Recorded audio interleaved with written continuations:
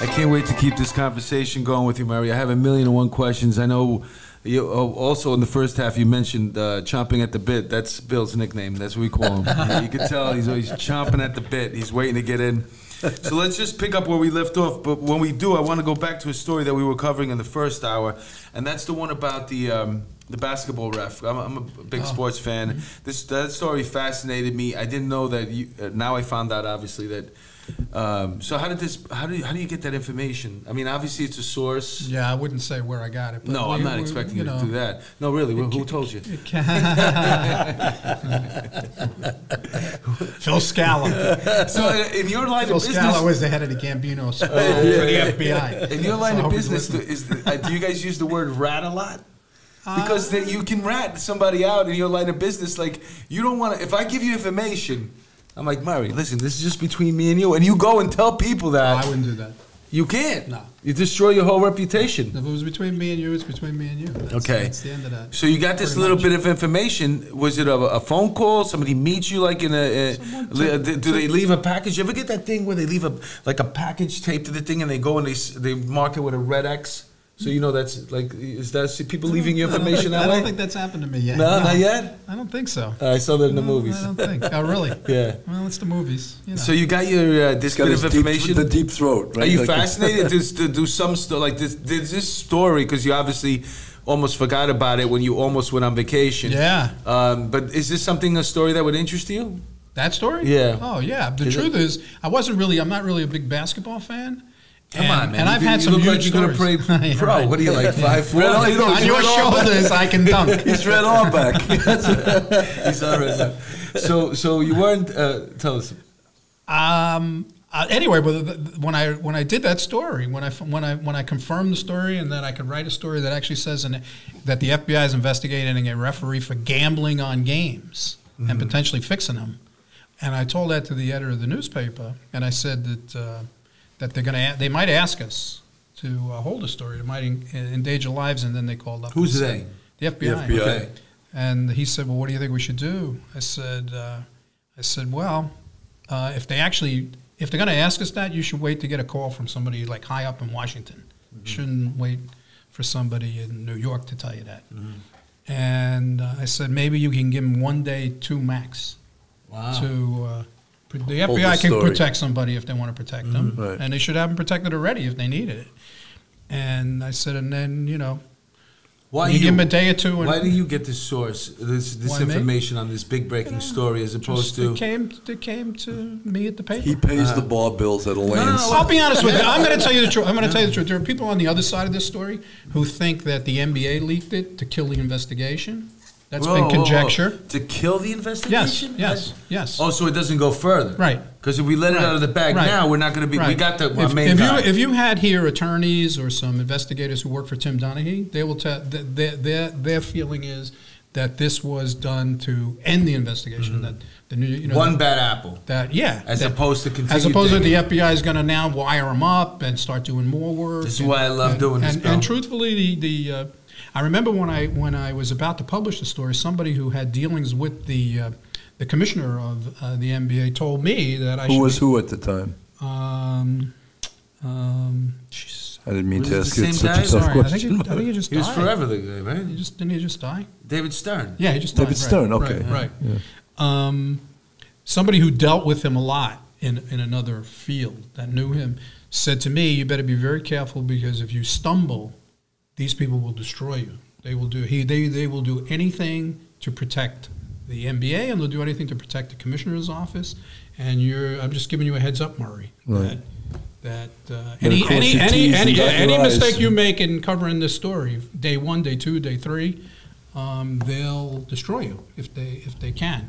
So I'm still here. Yeah, it's interesting the fact that it was one NBA ref that was doing this. You know what I'm saying? Like, obviously it's interesting, and it makes sense that we want to, like, let's just kill it. We'll give this guy up, and everybody. Well, the gentleman I referenced, Phil Scala, who ran the Gambino squad for the Bureau, he was prepared to get him to, I think, wear a wire. You know, he was going. So then there were more people involved then. Well, I'm not saying there were more people involved, but I'm saying that that if you were it's a decent theory. If you're the NBA, would you want? Well, if they're going to wire up this dirty referee, there's other dirty people. You would want the FBI to stop investigating your. There's a possibility that there's a. Yeah. I mean. Okay, to me that's fascinating. It's an interesting dynamic. Oh my God! So how are your Knick tickets these days? I don't want tickets.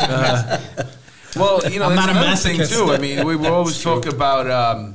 But that was a huge story. I can't tell you how big a story that was, and I've had some big stories. I got calls from drive time radio in Honolulu to come on the show. If you're a sports fan, you always have that argument. It's got to be fixed. How is that possible? Yeah. You know what I'm saying? Like, how did they come down from so many points? How did they do that? Mm-hmm. You know, there's always like that. You always think it's fixed, and then when you hear a story like that, you're like, oh man, you see, I knew it. It feeds into a lot. I don't think we really want it to be fixed. But I think deep down inside, we always wonder, you know, because of those things. Well, I think what that story exposed with the NBA is that the relationships between the referees and the ball players was too cozy. That they hung out too much. They were buddies, and that the refs could actually gamble and casinos and stuff. So what that fundamentally showed, maybe if you want to say it's not fixed, but if I'm a friend of yours and I don't like you and I'm refereeing your game, you know, I'll skew maybe subconsciously even in your direction. So I think they changed some of the I mean, that's got to be a really tough thing for a referee to fix a basketball game. I mean, make certain calls. I mean, but he's got to be nervous the whole time. What's the point spread in a basketball game? 3 points, 5 points, right? Yeah, totally. It's usually a small point spread. Yeah, but that was a big one. And I want to cover that a fake news thing I talked to you about before, because you know that's a word that's being thrown out. How does it affect you as a reporter? Does it bother you? Does it hurt you? Oh, I think it's a very important topic actually. One, obviously, no journalist should ever print anything that's not, as far as they know, is 1,000% accurate. That's number one. But the flip side of the fake news concept is it as a concept undermines people having faith in what's being reported. And that could be more insidious and more dangerous in the long form. If somebody like myself, I can't talk about other people, but if I spend years writing stories in New York City, right, covering big stories, because this is a big city, it's the biggest city in this country. So by definition, these stories are national stories. And people open a newspaper or DNA Info when I worked there, and now it's CBS News, and they want to trust Murray Weiss. They read him day in, day out. And if somebody can just wave a wand and say, oh, that's fake news, don't trust Murray anymore. Right. But how about entire entities? Like the Daily News now is known as the liberal paper. The Post is known as more conservative. The New York Times is known as a liberal paper. I mean, there's truth to that. Well, I'd say in today's era, you know, the expansion of news in general went from newspapers, then became a lot more television news, then a lot more cable news, and even the cable news channels. It's clear what side of the fence they're on. You know, if you want, you know, conservative-oriented news, you're with Fox. If your MSNBC is, you know, completely on the liberal left CNN side of stuff. Also. So it's getting even further fractured from, you know, sometimes you turn on those channels. I don't understand it myself as a journalist. Why MSNBC doesn't have people who are conservative thinkers even talking at the same time. They kind of sort of do. Like Fox News has. Fox is starting to have more Democratic people. They're having Democratic people on there. I think CNN includes maybe a conservative or two. It's a 24-hour cycle, so it behooves you to at least get somebody that you can beat up that's on the other side just for your panels. The dialogue is very one-sided. When you're one of these reporters that are on these new type of networks, are you really accepting stories, or are you looking for stories to fit your narrative? That's the question. A, B, C, D, E, all the above. Depends on the person. I think it's a shame, man. It bothers me. It sort of impacts the truth, too. But then it makes you look back, because you wonder to yourself, you know what?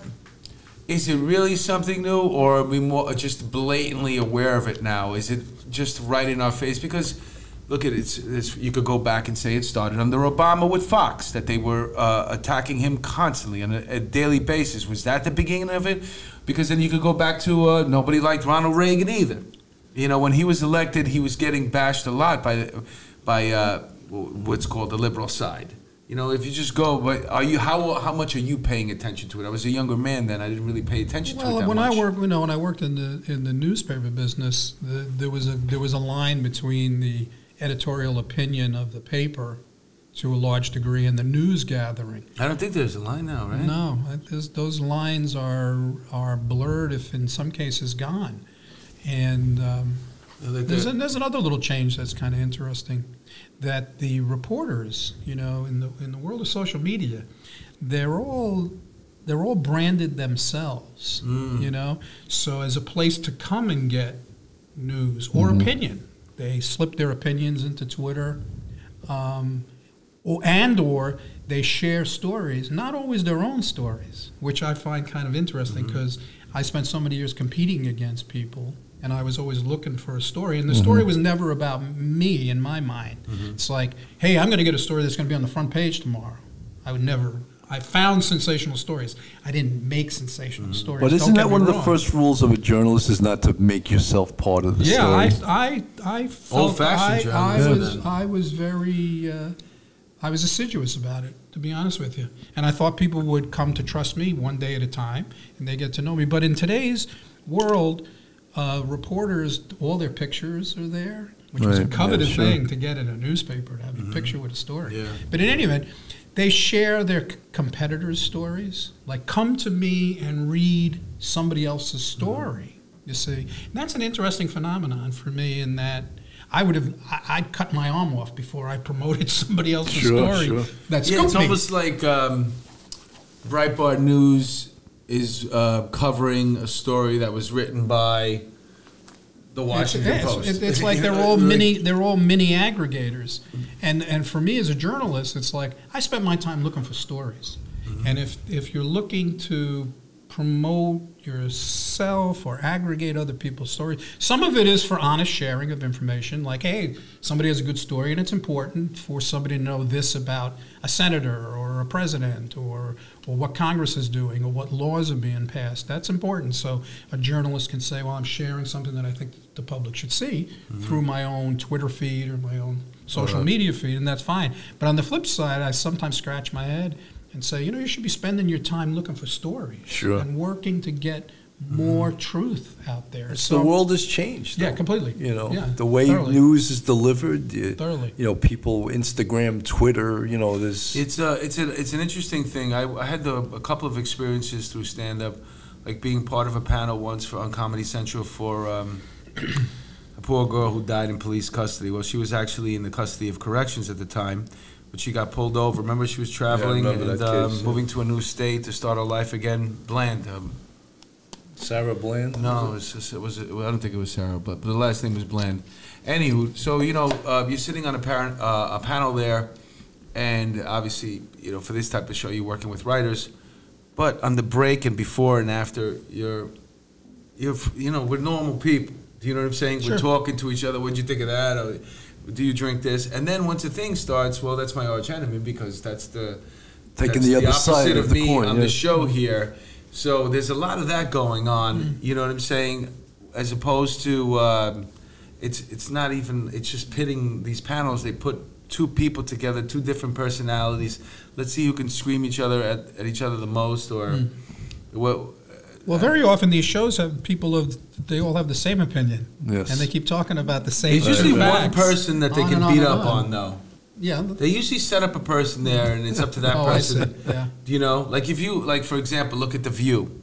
The View has the McCain Do we girl. have to look at it? No, we don't have, I mean, Okay. But you got the McCain girl there, so she's supposed to be the other one. Conservative one. Every once in a while, they can't handle it anymore because the other girls are beating them up, so they leave and then they put a new one in there.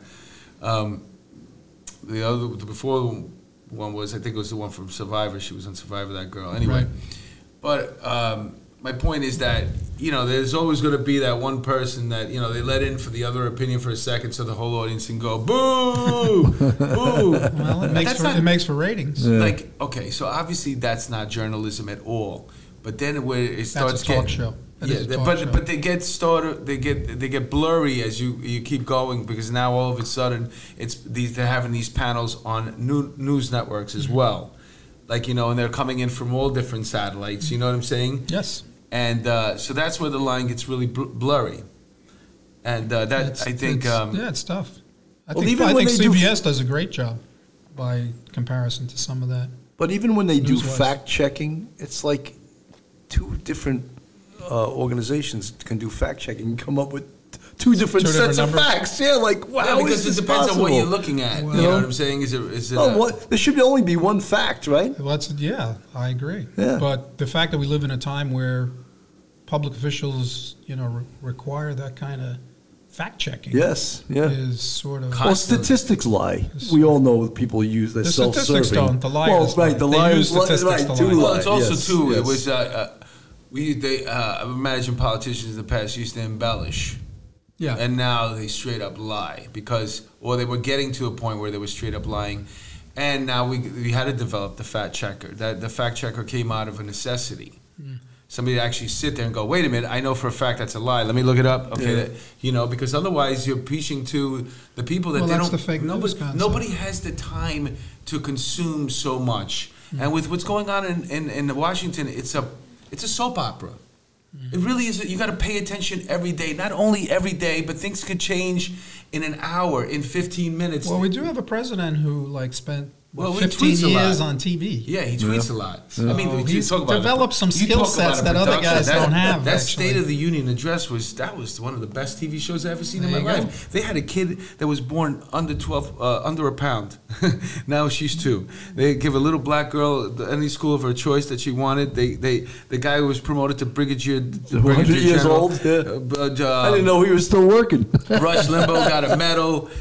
They brought a soldier back from Afghanistan to be. It was like he hit every major emotion, right? Any better? It's like, and then to top it all off, Nancy Pelosi rips the. She played right into it. It's like perfect TV drama, right. And that's like, you know, it's almost like in a way like that's what we want in our news, like this make believe thing, you know. I'm not gonna disagree with you. How do we get back to that point where we get to like? You know, we're going to bring back Walter Cronkite? I don't think so, right? Well, we could be. Nora O'Donnell wouldn't be happy. No. Well, maybe she would be. Let's talk about investigative journalism and 48 Hours. Tell us about how you got involved with that show. 48 Hours. I did a few television shows with them. There were some, you know... they use you as a reporter on the shows? Yeah, well, you know, it's a show that features a murder case, and they do a very deep emotional dive into it. And as somebody who covered murder in New York, there were some really great cases that they could do here in New York. You know why they call it 48 Hours? Because it takes you 48 hours to watch it. They got to show you the whole commercial after every single break. It's like, dude, I'm with you. I've been watching it. Did this guy really push his wife off the cliff or not? Tell me now. That show is so good. It passes by when you're watching it it's 48 seconds. I watch it all the time. I love the show. But you know what? They do have a habit of showing you a lot of what you just missed on the past commercial break. No. You're confusing 48 Hours with some other competitor shows. Okay. You know, but one of the things about a lot of these shows that deal with murder, it seems almost like they're glorifying murder. I did some acting on The Perfect Murder, and it's like they recreate homicide cases. Wait. Sure. But it seems like that was acting. There was a little bit of acting. I said a little acting. I didn't say. But the point is like.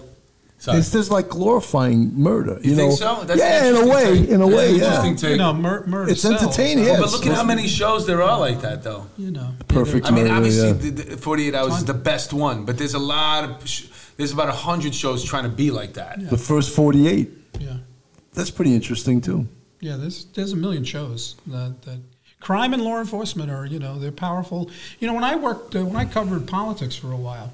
And people say, well, you know, did you like it? Why did you stay with it? And I say, You know, politics is like this slow boring drama thing that, you know, really drags on for a long time, and politicians aren't, you know, not totally that interesting to me. But if you cover law enforcement and crime, you know, you're talking fast-paced human drama, action-packed, life and death stuff. I mean, emotion, and people who covered politics actually to a large degree had a lot of journalists that I saw.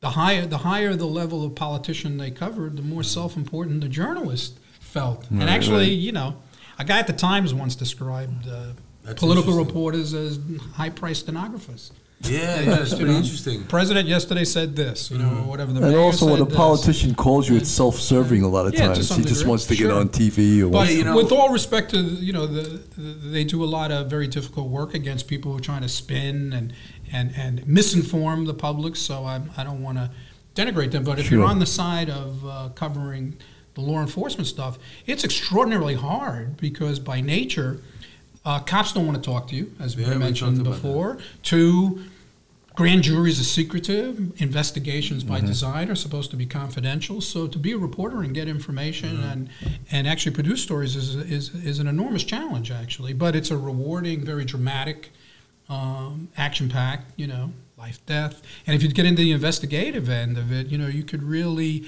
expose wrongs, correct systems that have problems. You know, it's extraordinarily rewarding, actually. When you see the way homicides are investigated, say, in other states, are you baffled with the way they work cases as compared to New York? Yeah, sometimes. I'm baffled at how some agencies in New York City don't work like the New York City Police Department, with whatever faults people want to hang on the police department. For example, it drives me... Since I started covering news in New York City, the police department was, quote unquote, always the agency that needed a federal monitor. Oh, they're out of control. They're this, they're that, they're horrible. Truth is, they're solving a lot of crimes. They're doing a lot of great work. They have issues. They had issues in the past. You can discuss them. But in any event, lo and behold, what agency wound up with a federal monitor? New York City Housing Authority. Right. Why? They don't have boilers that work. Right. They have lead paint issues. Light bulbs aren't replaced. I mean, they should. How they don't ComStat? Right. The housing authority. I mean, what is the mission? Murray, I always used to say the most competent agency in the whole city is the police department. In many ways, without question. Why wouldn't they use that format of ComStat for every city agency just to? To me, they all have their own departments. It's a basic simple way of accountability. Yeah, you know? it's created. It's there. It works. Where's this money go? Imagine Murray did that at the Daily News, called in all those young reporters. Because at the end of the day, it's all about the money. Yeah. So where's the boiler? We're supposed to buy 100 new boilers. Where are they? The winter's coming, and boilers aren't working in New York City Housing Authority building. It's like, what? Yeah, explain that to me. I mean, so anyway, so when you see, to your question of, you know, how other agencies and law enforcement around the country, you know, they were all coming around. Obviously, you know. Was there a type of case, not case, but a type of story that you really performed, really enjoyed, or had a preference to reporting on just because it was a pet peeve of yours? Pet peeve is not really a pet peeve. Well, because some cops, they hate double parkers, other guys hate hydrants. You know what I'm saying? Just I'm being I got you. The answer's no. The answer's no. I just, whatever, you know, things happen, and I'd look at them and say, this is wrong. Something's not right here, you know? And I'd start looking into it. I'll give you a quick example. When I was a young reporter at this time, 2 firemen died in a fire up in Harlem. One guy was trapped in a fire. He got stuck in a really bad fire, and they lowered another fireman down to rescue him. And he jumped on the fireman's back, and they started hoisting him up. And one of the guys had like 6 kids. The other one was a Frisbee was a bachelor. Yeah. Anyway, they were hoisting him up, and the rope snapped, and they plunged into the fire, and they died. And there was just something that didn't make sense. It was unsettling. It was a huge story. But anyway, I started looking into it, and it turned out that the ropes they used, the fire department used, once they were nylon, and they were able to carry a certain weight. But once they were used, they stretched, and they lost the elasticity and the strength. Yeah, they lost the strength capability. So as soon as that guy jumped on his back, they were doomed. And I wrote that story and other stories that there was a cover-up about that and another fire and other fires. Then I investigated other aspects of the fire department, mostly that involved safety aspects and they probably didn't welcome you doing that either, right? Well, it turned out firemen did. Yeah, they did, and the firemen's union did, and the Ed Koch was the mayor. You know, he the guy who orders all the stuff for the fire department. The guy hates you. Those were good ropes. He had problems, but they fired the fire commissioner. Oh, really? They replaced the fire commissioner. Who's that? Was that Von Essen? No, it was he didn't get fired Augustus for that. Beekman. He was an African-American guy, nice guy. But Ed Koch replaced him as a result. And they put a little-known or a lesser-known prosecutor in charge of the fire department. Ed Koch? Joe Hines. Oh, Joe became the fire commissioner. Yeah. Well, do you remember the... Anyway, that not pet peeve, but I want to make clear, you know... Well, the reason why things happen and you look into them. Because, you know, you said that. You walked around and, you know, sometimes something's not right. I want to... Anyway. Correct. Well, do you remember in the Columbus houses, they used this paint one time, and someone set a spark and someone was burnt to a crisp on the 8th floor. The housing authority was using a paint that was so flammable. Wow. And I don't know if you remember that was another crazy thing, because you mentioned the housing authority. Yeah. There's a lot of blame to go around with. Yeah, I remember when the housing authority was getting really good too, actually. But anyway. Yeah, that's a shame. So I don't think pet peeves, you know. Well, it was a term that I used, but you know, it's like I didn't mind investigating robberies. You know, because I hate that type of person. You know what I'm saying? Yeah, so maybe if that's law enforcement. You know, being in law enforcement, we were talking before the show. I never lost sight of the fact that I was a journalist, not in law enforcement. So you guys have power, authority, and things that you can do that we can't do, and also, you know, you're not looking at necessarily, you know, bureaucratic systems that fail. You know, your job is to find people who are doing wrong or evil and criminal. You know, so. Usually, I can see how you can have a passion for getting a certain kind of criminal. There's usually somebody. It's usually someone stealing something, or somebody's not doing what they're supposed to do, which is criminal in its own nature, but a different type of crime. You know, maybe even if it's a white collar crime, not getting the money where it needs to go. That's why it fails. Or somebody's not. They're going to lunch instead of, you know, typing up that report that the people need the boiler over here right away, and then it gets pushed back because they're going on vacation for 2 weeks for Christmas. It's all, you know, neglect or whatever. But let's talk about, you brought up those two detectives. You were involved in that. You reported on that too. You probably started that investigation. Which one? Ippolito and Caracappa, the Mafia cops. The Mafia cops. That's, you know, that's in the history of this city. You know, when you think about. With all due respect, this is a police-oriented show, but I mean, cops going off the rail and being evil. It's when cops are dirty, we're the first ones to say, you know, they get what they deserve. You know, I'll tell you, I wrote the first story about Louis Ippolito being potentially corrupt back in the early '80s. Actually, I can't remember if I got a tip about him. Somebody dropped the kite on him. Yeah, I heard about him, and I think I heard that he might have been involved in an allegation of giving some information to organized crime, and it turned out he wrote a book, Mafia Cop, and his family was in fact organized crime. Yeah, he had made guys in his family. A captain. Yeah, but he was like, well, I'm the good guy, and my other family is the bad family, kind of thing. And speaking about earlier about how the police interact with reporters, I went and called the head of internal affairs back then and the intelligence division. His name was John Guido. I'll never forget this. And I said, hey, I'm interested in this guy Louis Ippolito. I hear X, Y, and Z. And he says, come on up. Wow.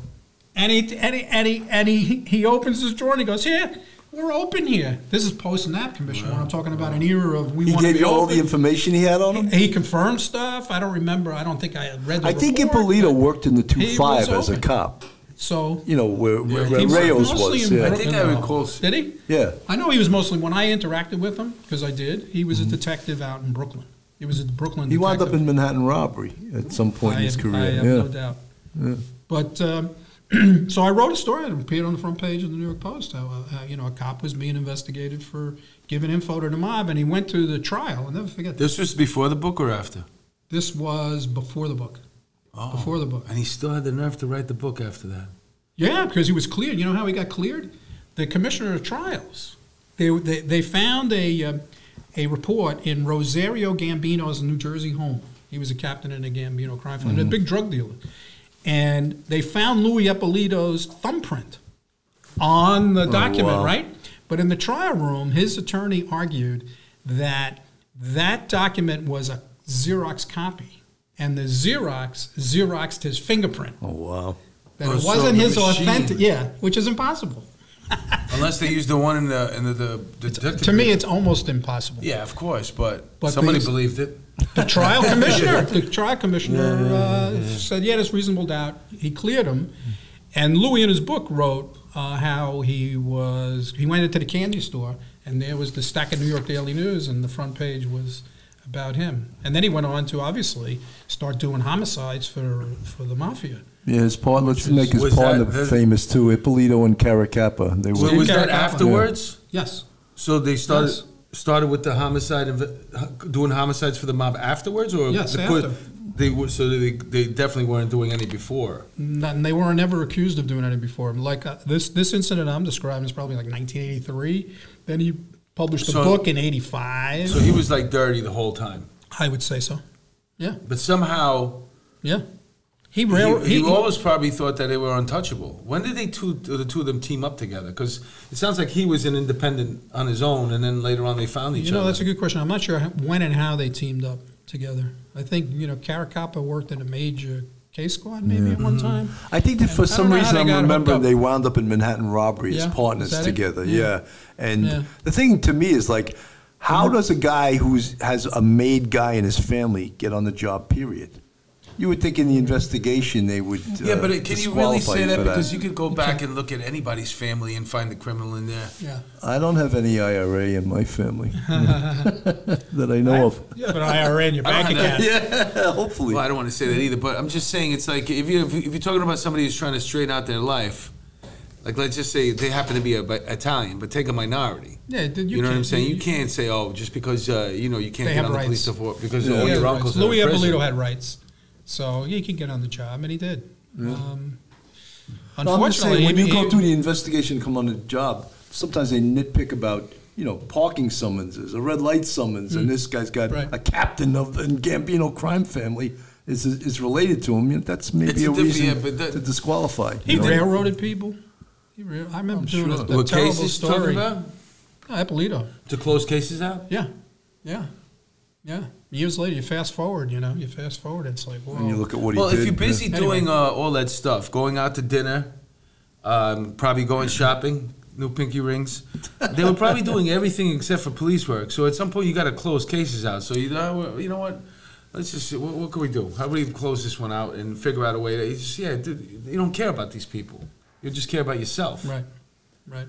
So the cases are the last thing that you're working about. You're always doing deals out there, working deals. Where we're going to go eat, what we're going to do, and who we got to meet, and we got a job to do for so-and-so. Making connections. Your whole job becomes everything except for the job. They killed a number of, they killed the driver for John Gotti, right? They pulled him over. If you were in a police guy would have car. never been pulled over if it wasn't by a cop. Exactly. Yeah, look at they do that scene in movies. Yeah. Well, there was one in The Departed where they pull the guy over, isn't it? There's a couple of times it's been done in movies now where the cops pull the guy over, just walk up and light him up. Yep. Yeah. Hopefully, perfect cover. Hopefully that doesn't happen again. No, hope not. Definitely not. So when you released this story, and then you mentioned that he goes into the store, I bet you got a heart on when he saw this, because he was probably happy. Yeah, of course. Yeah, that he was getting this press. Of course. Good or bad, that type of person. Huge ego thing going on. Did our internal affairs He's in the movie Goodfellas, Yeah, sitting by the bar. Yeah. But was he locked up by our internal affairs or by the FBI? Do you know who locked him up? The FBI. The FBI locked him up, I believe. I mean, if you just think about the fact that he put himself in Goodfellas, because that must have been something he coordinated on his own. What are they doing? They're making a movie over there? He was a very gregarious, outgoing guy, Louis Ippolito. Very likable guy, you know. I'm sure, yeah. You can't hold it against him that he did murders. Well, he was originally charged with just, sharing some confidential information. Right. He improved his game Yeah, I guess so. He moved his game up when he so. started doing. I wonder how much of that is just because. And Caracappa was a really nasty piece of business. The dry drunk, huh? He looks that like guy a dry was drunk. I had dealings with him when he ran. He became the head of security for the 14th Street Business Improvement District. Oh, God. When 14th Street was really crappy. Yeah, yeah. And he did a great job, not for nothing. He did a great job. He killed all the people. He wasn't good at being a cop, but he sure fixed up 14th Street. I was looking into to the Luchow fire. There was a famous building there that was torched. And I remember going to him, tracking him down. And boy, oh boy. He was, that's all I can say, a nasty piece of business. And I recently ran into a guy that ran the bid at some event. And he came over to me and he kind of was like, I can't believe Caracappa, what he became. He actually went out of his way he wasn't apologizing to me, but just to make the point that, I know you wrote a lot about these people and you knew them. And this guy worked for me. I had no idea. And it was an interesting conversation all these years later that it circled back on me. Yeah, I wonder the dynamic between those two people, because you're saying one was Gregorius and the other guy was real prickly. Yeah. Probably, totally. It sounds, just looking at him, he looks like a dry drunk. Like somebody who's just nasty all the freaking time. I thought dude, he have was. a fucking drink. You know what I'm saying? Loosen up. Jesus Christ. Yeah, he was a tight piece of business. Obviously, he did his job very well for the guy who ran the business improvement district, but he had no idea the guy was what the guy's real story was.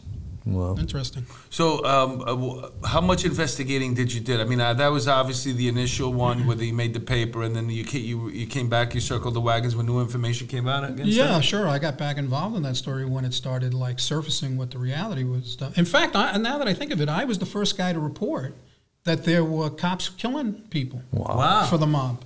And how did you hear about that? Some source of mine who was when you organized put crime a story investigator. like that out, right? That are you gas pipe case. Are you getting a call from the police commissioner himself? Yeah, so saying, "Where the hell I've did you had get guys that?" get really pissed at me, sure. Yeah. The brass. Yeah, I can imagine. Yeah, They don't like no. stories like that, right? No. Well, is there a lot of why didn't you run this past me first? Like for example, if you get into a relationship with the police commissioner, is it something like you feel like, hey, commish, just so you know, I got this information on these guys that are... I would tell, listen, as a journalist, I always went to the people I was either writing about, or if it involved the police department, I would go and tell them what I'm publishing and give them an opportunity to respond or say whatever they want to say. Sometimes I remember when the Palm Sunday massacre, right? There was like 8 people killed, a little baby survived in Brooklyn. Precinct. Yeah. So I found out who the suspect was, and I was at the Daily News at the time, and I told the police department that, hey, I know who the guy is. Here's the guy's whole story. This is who's going to be charged, and they asked me not to report not the story, but don't put the name in the paper. Yeah, we don't want the guy to know. And this is interesting because the Daily News, I told them what the request was from the police commissioner. I think it was Bob McGuire. And the editor of the New York Daily News says, nah, we're putting the guy's name in the story. And I was like, what's the difference? Billy Cannon, Murray Weiss, it's a name to a reader. They don't know who he is. We can write everything about him. Right. But that's above my pay grade. And the police department, fought back. And then eventually the editor said, no, we're going to run his name. So the police department were like, well, screw you. And they quickly announced we're going to hold a press conference tonight at 10 o'clock at 1 pp. And they were going to give out the story and screw the Daily News. And the editor of the New York Daily News, right before they announced that they were going to do this, changed his mind. He says, okay, we won't put the name in the paper. Smart but guy. by then, the police Everyone department mechanism was already rolling, screw the Daily News. And so they had a press conference at about 10 or 11 o'clock at night saying, we've identified a suspect in the massacre. Took all the wind out of your story. Yeah, right? sure. Yeah. Sure. Yeah, well, that's yeah. something that would have changed right now, because then the police department would have said, screw you, and then the Daily News would have said, screw you, and then it would have been a story out in a minute. Oh, it would have been out in a minute. That's right. That's very true. Yeah, the mechanics of the screwing. Forget it. Just start tweeting it out right now. You can't screw people the same way. No. I mean, think about it. In this era. Remember, you used to have to. You had the story on your. Which brings me to this point too. The detectives use the. I guess the journalist little pads. Yeah. Did you ever see the ones that we use? Sure. And I have a friend, Chris Italia. He owns the Stand Comedy Club, and he was actually a reporter prior to getting involved in comedy and managing stuff. And he used to get so annoyed at the fact that I had these little reporter notebooks, because that's where I used to write my jokes. And he always used to take it out of my hand. He goes, "You shouldn't have that. Those are for reporters." Oh my God! And I was like, "Well, detectives use those too." Sure, that's crazy. So that's funny. I forget what the point. I wanted to mention that about the books. Did you have those books too? Sure. Stacks of them? Sure. I used to have them too. I still have them. Yeah? I still have them. Sure. Wow. What do you do with them? Because at this point right now, they're in a box in the basement. Because you're going back to like 1974. Yeah, there's a lot. And you can go lot of handwritten notes, man. A lot of handwritten notes. So with us, every book, sometimes that's on the way out. Material. Yeah, right. On the way out, you used to grab a book. Just for that particular case. Oh, I see. So this way you didn't have a bunch of different cases all in that one book. He had all his girlfriends' names in that book. You didn't want that being Rosario. I should have done that, actually. But so I'm wondering, I just kept writing sometimes. Because there's also a way to... multiple stories. Oh, you want to know about that case? It's all in this book right here. Then you would go like You're a little more organized. Well, I just saw somebody else doing it, so I started doing it too. But mostly mine was just jokes anyway. The only reason why I had to grab a new one is because I didn't want to put the crime stuff in my joke book. Oh, that's because then it would mess things up. Next thing you know, in court, like two Jews go into a bar. I had some people who thought my stories were jokes. Yeah. There you go. They start off sometime that way. So now tell us about the books. The first book that you wrote is I wrote a book about like the history of Palm Beach, Florida. That was the first book? Yeah. Oh, I thought that was the second. The man who won the America was my second. that was your second one. Well, since you brought that up, my mother lives out. She lives in Fort Lauderdale, but she does shows in. Hi, Ma. She does shows in Palm Beach for her business. How did you come to write that one? Book. The Post sent me down to. There was word that there was a rape at the Kennedy compound in Palm Beach. Yes. Okay. And that turned into like an O.J. Simpson-sized story. That was before O.J., but it was an enormous story. With the, he was Kennedy's cousin, though, right? He was a grandson of the president. Wasn't it the big guy? He was. What was his name? Yeah, William Kennedy Smith. I remember him. He became a doctor. And didn't he even think about when he was a kid, he raped a girl or something like that? There were allegations that he had done similar things in the past. Yeah. I remember it was by a tree or something. I remember that. Yeah. And what was Ted was knocking down his scotch during this was happening? He was there, right? It was over Easter. It was around Easter. He had a history of violence as a child. Yes. Well, as against women. Yeah. Jumping women. And he was with his famous senator uncle. You said he's a doctor now? Yeah, he's an MD. Yeah. He was in Chicago. But anyway, so they sent me down when there was word of it. And I got there, I grabbed the plane and I went down. I'd never been to Palm Beach, and I went down there. Did you think it was like racist or something? Why does a Jew got to go to Florida? Right? In the middle of winter. What's up? Why me? I'm the only one? My parents were in Florida. That's the ground ball, that trip, to go to Florida. He must have been so happy. What time of the year was it? It was probably in the summer, right? It was April. It was around Man. April. That's a nice time to go to Florida. No, that's great. It was warm. Great. But if you had to go in August, you'd have probably been pissed. I go where the story is. You know what I'm saying? All right. So you got to see your folks? At different times, yeah. I did. And he started the story then. But I went down. Yeah, I got there. Like I grabbed the last plane out of New York, and I landed, and I took a cab to Palm Beach. Where do I go? Where do I stay? The guy said, "Just go to the Brazilian court." I stayed there, and a Kennedy overdosed in that in the Brazilian court. Robert Kennedy's son overdosed in that place. One of his sons. So. You didn't ask for that room, did you? No. I want the Kennedy room. I didn't know that at the time. So I was in this sultry place. And anyway, I wound up spending, luckily for me, I did really, really, really great reporting on it. And we were way out in front, the Post. We were way out in front. And I had it was an amazing story, amazing experiences for me. And when it was over, which was it took about a year, that story, on and off. And a publisher approached me. Do you want to do a story on that case? And I said, I don't really want to do a thing on that case. The case is over. It is what it is. Right. A lot of it's been reported. But I said, I had this sense that this is such a secret enclave full of wealthy people. It's a scene down there. And and it's its own universe. And the people who were there are both wealthy. Some of them are scoundrels, obviously. Some of them are this, that. But some of them were, you know, the brightest minds and the wealthiest people. Isn't that where Kraft people. got his massage? Yeah. Down, he actually in Palm Beach County. In Palm Beach That's his County. name, right? Kraft? You know something? Robert Kraft. Kraft's a billionaire. He goes for a $25 rub and tug. Hey, To each his Come own. on, you can get You don't become a billionaire you know? by wasting a lot of money There on you rubber go. tugs. There you go. What am I going to overpay for? That's all it Right. should cost is $25. How much is the rubber tug over here? That's funny. Oh, oi, $50? No way. I could go over here for 20. Think of what that money makes over time. You think he And he negotiated that $25? Yeah. That's funny. Yeah, you don't become a millionaire by overpaying for Billionaire. anything. He's a billionaire by billionaire. overpaying for anything. So you're in Florida and you're covering this story. Right. You don't realize that you're sitting on your first book at the time there? No. It's just something that somebody else sparked up an interest in. They approached me to do the trial, and I suggested, you know, this place has been here like 100 years. Yeah. And I had a sense that, you know, if you went back in time 20 years, you know, there'd be another scandal, but different kind of rich people, different kind of industrialists, different era. If you go back 50 years Same or thing. even 100 years to the guy who founded it, which was Flagler, there'd be fantastic characters, fantastic people. And the wealthiest and most important people in the country had homes in Palm Beach, going back to, you know, the Vanderbilts. You had a hookup too. You had your folks there. So when you were writing the so it was book, good. I had a place to stay. I need you to talk to my son Murray. Come on.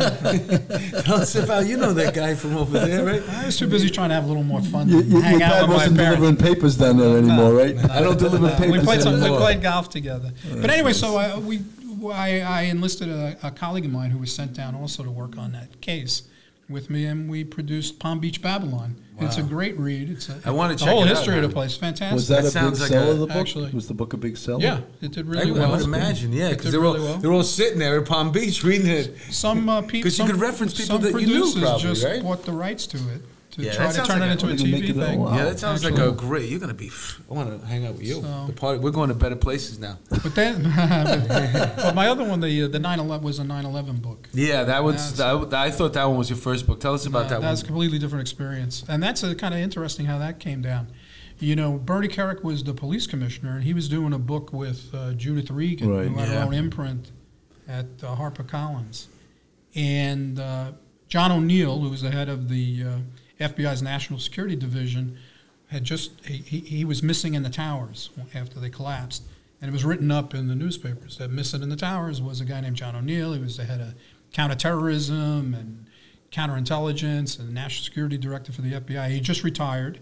He took a job at the as a director of That's security right. at the Port Authority. He, World wasn't he Trade the one Center. that told everyone to stay put? No, Oh, he wasn't the one that did that. No, not at all. Okay. But what he was the leading expert in this country about Osama bin Laden, and had spent the last He was 60 chasing years him of the around, country right? chasing him around the world with teams of counterterrorism guys. He investigated every terrorist event that involved Americans anywhere in the world. So he was at the tip of the spear, and he knew the great threat was bin Laden. And nobody knew all of this about him, nor did I. And he was a friend of mine. And we actually knew each other. Hung out, we drank a little bit, more than a little bit.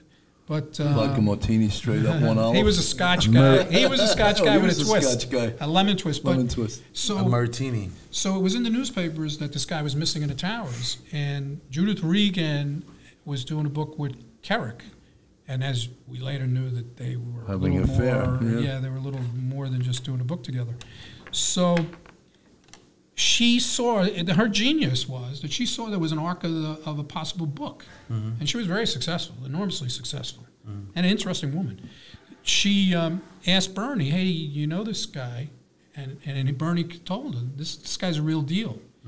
And then she asked him, do you know anybody that I might approach to write a book about him? And he said, you should call me. And she rang me. And he said, you know, I knew stuff. I know the FBI. I know a lot of people there. I know a lot about terrorism, et cetera, et cetera. And so she rang me. I met her twice. I didn't have to write a word. We made it a deal. And for the next, year and a half, Did you try to I find worked it on to get that the money book. back? Pardon me? Did you try to find it to get the money back? No, on the contrary. Where is this guy? Yeah. I gave him all this money. She Haven't was- seen him in a year and a half. No, it turned into an enormous challenge. He's doing Palm I'll tell you. Beach Part 2. Yeah, right. come find me. No, it blew out all my free time. Plus, yeah, I was wondering about that because you're still a full-time reporter, right? And you writing let me this tell book? you, the editor of the New York Post, when I told him about it, He wasn't happy, right? He didn't want me. He said, he'd made most of his claim to fame in Australia. Oh, I remember him. What was he his name ran again? Carl Allen. Oh, no, that was... Tremendous journalist, the guy. But he said he had guys in Australia and women go off to write books, and they left their beats. And I was a criminal justice editor of the Post, and he was like, I'll let you do this, but don't forget what your day job is. And truthfully, I probably did more stories that year for the New York Post and broke more stories that year than any year I worked there. Well, just your book. Because just to prove that I wasn't shirking my duties for the paper. But I spent every evening and every weekend for literally over a year to a year and a half interviewing FBI people, I recreated a human being's life where there was no public record. If I do your story, Billy, you're alive. You can talk to me. Right, exactly. So you can tell me your story. This, I recreated, and plus it had bin Laden. And was there a lot of top secret info that they didn't want to talk to you about? Yeah, but I got a lot of cooperation in the end from a lot of people, and it was an enormous reporting challenge actually, because it was multi-layered. And he was a very complicated man. Who's that? John O'Neill. John O'Neill Had a very complicated personal life. He was interesting. He wasn't a cookie cutter kind of character. Was he a military background? No, on the contrary. And he was a super patriot. Wow. Actually. Law degree? No. One of those FBI guys have law degrees too. No, he grew up in Atlantic City. His parents drove a cab. Wow. He watched Efren Zimbalist Jr. on TV as a kid and always wanted to be in the bureau. Yeah, the FBI. Yeah, that was a great show. And he lived quite a life. And was that a good selling book too? Yes, that was a bestseller. It got on the New York Times bestselling list. Great. Yeah, excellent. Actually, I was very proud of it because it was an enormous challenge, and I was proud to do it actually because he deserved it. A real patriot, as you said. Yeah, and it was a testimonial to him. I mean, he deserved it. It wasn't. I didn't make stuff up to make him look good. How long did it there were take? warts and all. Yeah. It took a year and a half before it came out. Yeah. It's funny. We all are 9/11 responders, and when you think of that now, it seems almost surreal that happened. It's coming up on 20 years, I guess, right? It just seems, wow. Yeah, 20 years coming. Yeah, pretty soon. What is since I have you here, and if there's anybody out there thinking about journalism, what is it like the day of a reporter? Like the ideal day of like your goal as a reporter should obviously be to be somebody at your level at some point. In the beginning, I would imagine you got to go in at a certain time to an office. Sure. But after a little while, nobody's... I ran a bureau of reporters. So, many, many years. So you had a regular on the clock come in at a certain time and... Pretty much. Uh-huh. Yeah.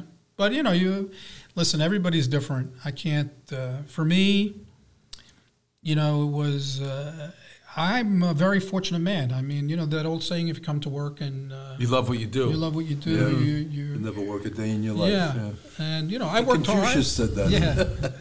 I worked pretty hard. But, it was a joy. It was a challenge.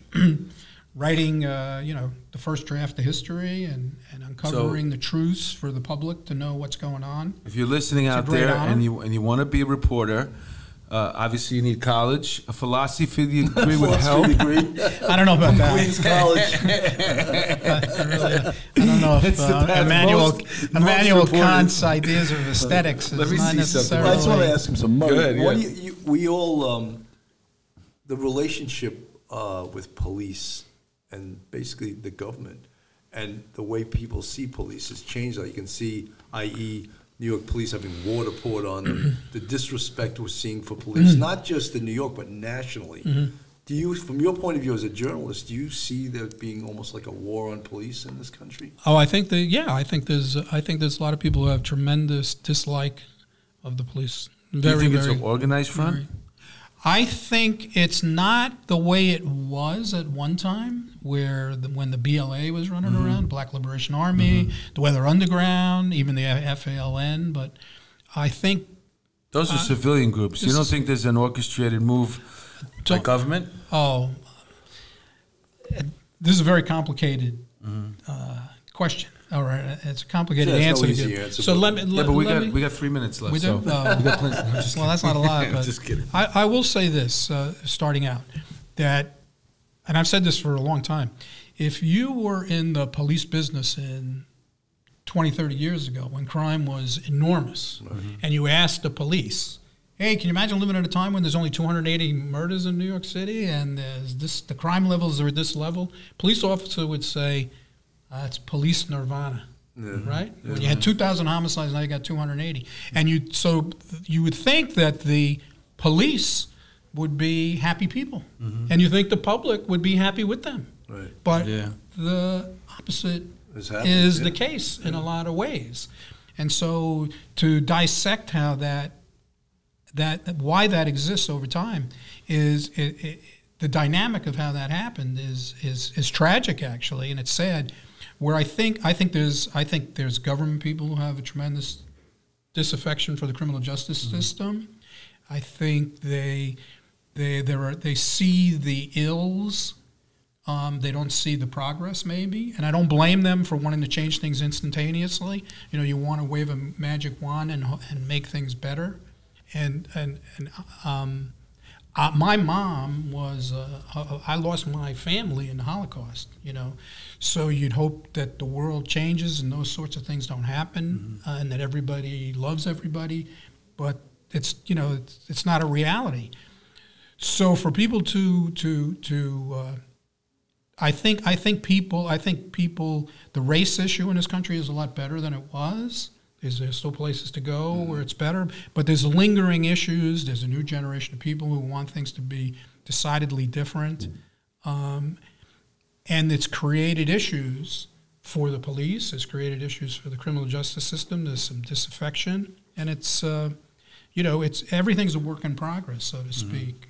But I think there is government thought about change and stuff. I think there's people on the streets. We had an incident this past weekend where somebody tried assassinating police officers a couple of years ago. It's happened several times. Turns out it was the same guy, but there was a moment there. I mean, obviously, it's still scary, and I don't know how these guys are doing it right now, the cops on the street, but there was a moment there where they didn't identify it, so you thought it was two separate incidents. Right. Yeah. So now you had one guy going up to a police car and attempted to assassinate the officer sitting in the car, and then you had a guy running into the precinct and letting rounds go there. And it turns out it was one and the same person.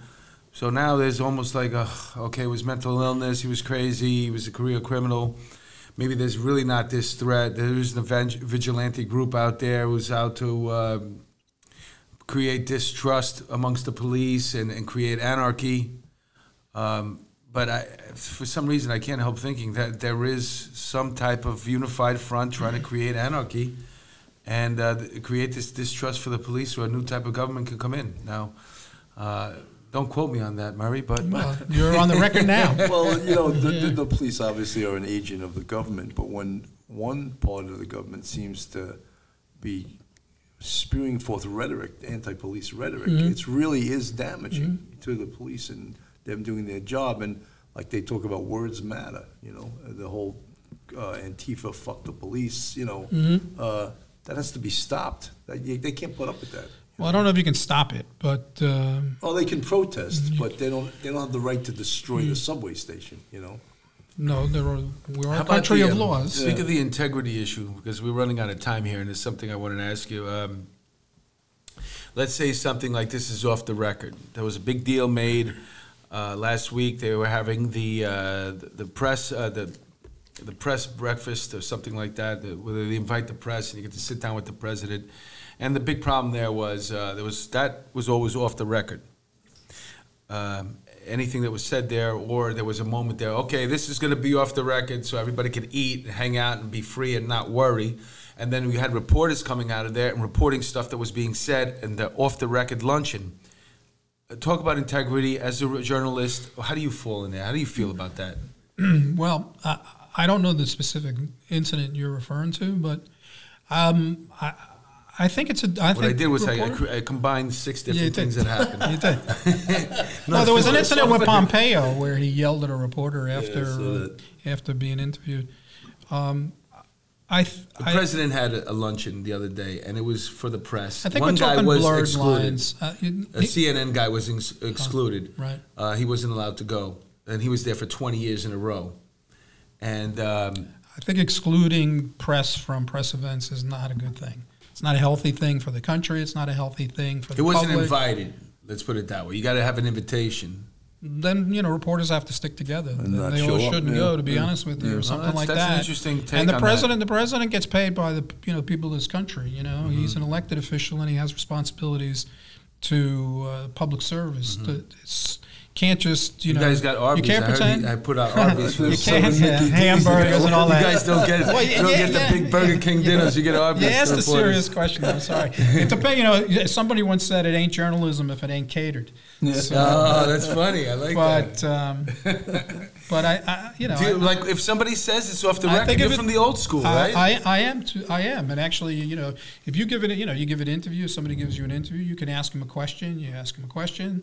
You hoist them on their own petard. They answer the question. You don't fight with the guy. The mayor's the mayor, or the president's the president. Here's the question. You can look like a fool answering it. It's on television, and you let it go. Though I think politically, because everybody has to stick their 2 cents into how what side they're on. It's a tremendous, yeah. You know, I'm a little more old school, and I'm not saying that if I done interviews and people yelled at me afterwards. You know, after one there was a massive bombing downtown. Tell me, I'll punch him right in the face. And I got a big scoop that all these radical terrorists were united. Police officers were injured at police headquarters, and I broke the story that the Weather Underground, the BLA, and the FALM were all working together as page one. And the police commissioner had a press conference in his office. It was such a big story, and there was a lot of press there.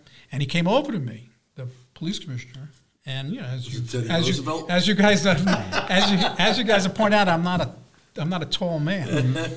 So he came over to me and he says, "Hey Murray, you know, where'd you get this story?" And there was a little sidebar about the Joint Terrorist Task Force and how it was created over in a Chinese restaurant over fried dumplings. Yeah. And he's like, "And where did you get this stuff about fried dumplings?" And the head of the FBI came up around him, and he put his finger in my face like a gun almost. Good. And he had a big hand. And he said to him, "I'll tell you where he got the story. He made it up, the little shit. He made it up." No, I didn't. And I was looking at him like, "Oh, he's the guy that gave me the fried dumpling anecdote," to be honest with you. Oh, really? All these years later. Yeah, he was the guy that told me that. Maybe he was trying to take the guy off the track. Yeah. But he accused me of whatever and publicly, and the police commissioner was really upset that story was out. Yeah. And I didn't like the next day write a story saying, "Oh, I got called a little shit by the head of the FBI." Right, exactly. You know, the press conference was over, and the guy acted out. And with the police dumpling, they commissioner said supposedly Jack Maple wrote the Comstead plan on a napkin in the lane. Yeah. So there's a lot of truth to that.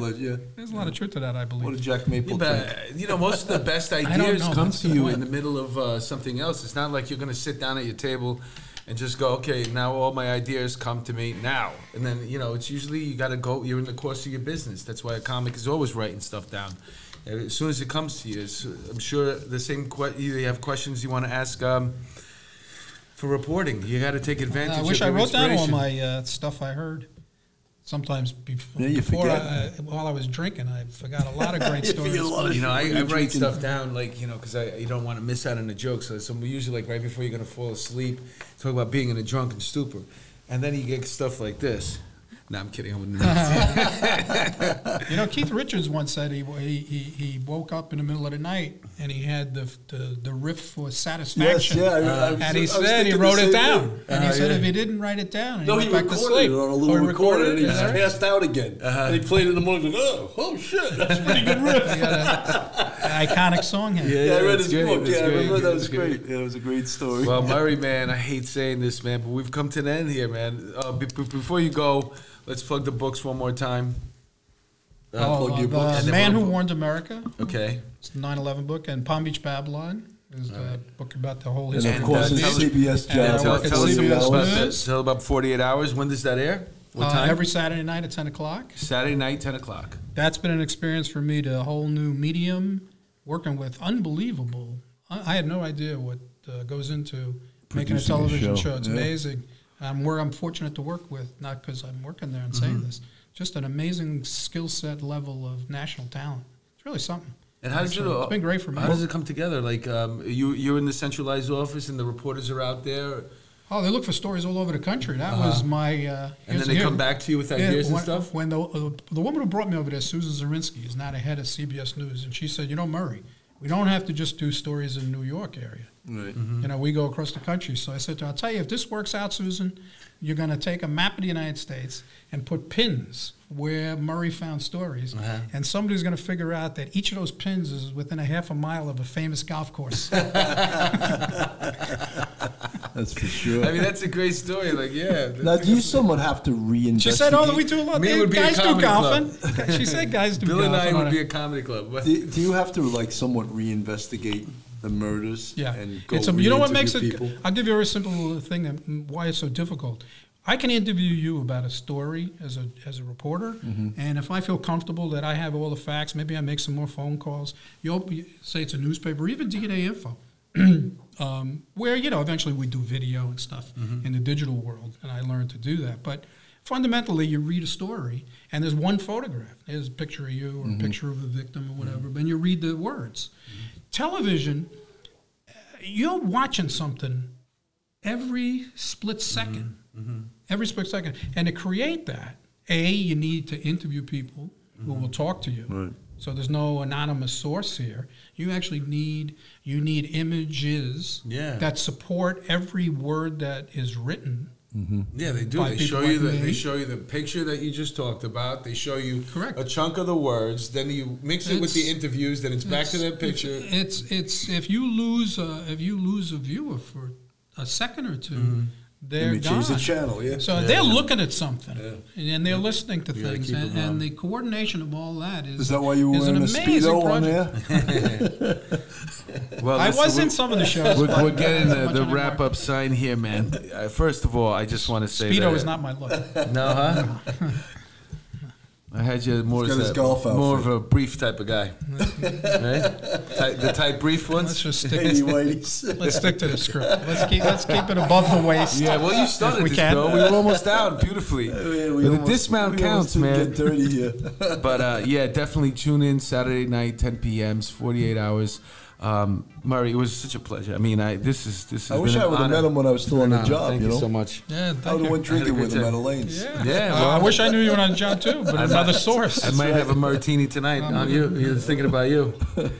And you're always welcome to come back. I don't know if they told you about the shindig that we're having on the 16th, but we definitely love to have you there. Okay, I'll be there. You come down, bring the book, get in for free. That's what you do. You just bring the book. Is that all I need? Yeah. Okay. The way we used to tin our way in, you just show the reporter book, right? Press card doesn't work. No. All right. So on behalf of Police Officer Cup, man, this has been great. Bill, any parting words?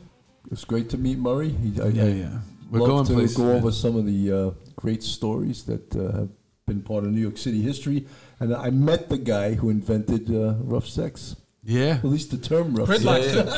Gridlock. You invented gridlock. We didn't even get there. I didn't invent that word. But I introduced it. Oh, okay. What, gridlock? During the transit strike. Yeah. I want to find out who you didn't do rubbernecking, did you? I love that one. Rubbernecking. Those are my only two. You ever see that? When the cartoon, they're rubbernecking, and then you see the neck come out of the car like that. Those are my two. All right, thanks a lot, man. This was great. We could go on forever.